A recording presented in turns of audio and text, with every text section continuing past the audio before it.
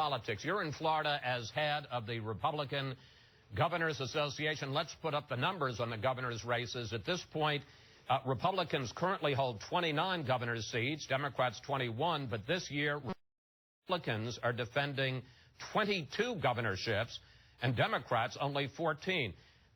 Governor, where do you see the count? It's now 29-21 Republican. Where do you see the count after the election? Well, Chris, it's very interesting. You know, we're also defending 9 governorships in states that President Obama has won twice. And so we have a pretty daunting task on our hands, and I think everybody expected us to be a little bit on our heels, and it's now quite to the contrary. We're on offense in more states than we're on defense.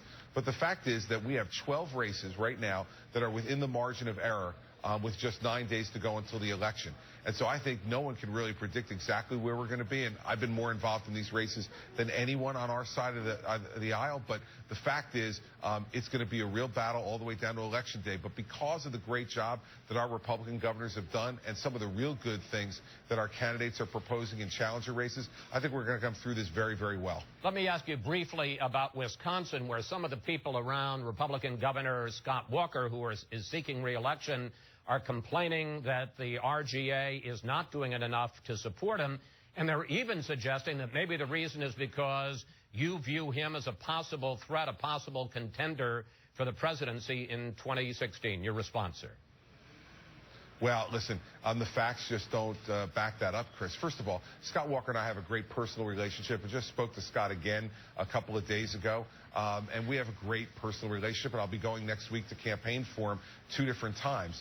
Secondly, we've spent over $6 million already in the state of Wisconsin on this effort, and over the course of Scott's 3 races for governor, 2010, 2012, and 2014, we spent over $20 million.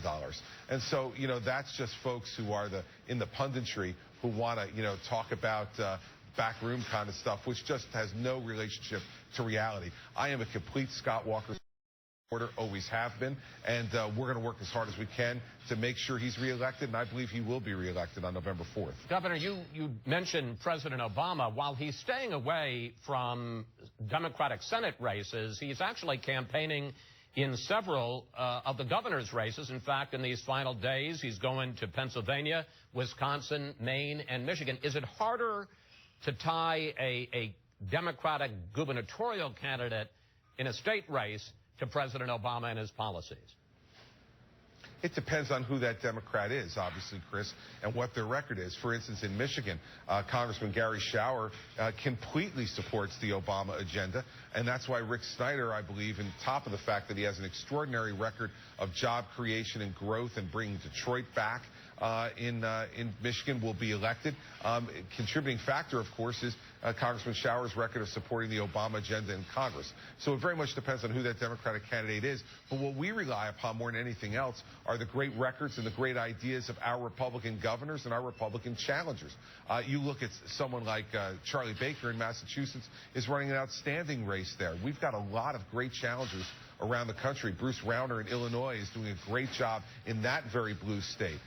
Tom Foley in Connecticut is doing a great job in that very blue state. And keep an eye on Larry Hogan down in Maryland, also doing a good job in a very blue state. Those are places where we're pushing, Chris, and where we may just have some success on election night.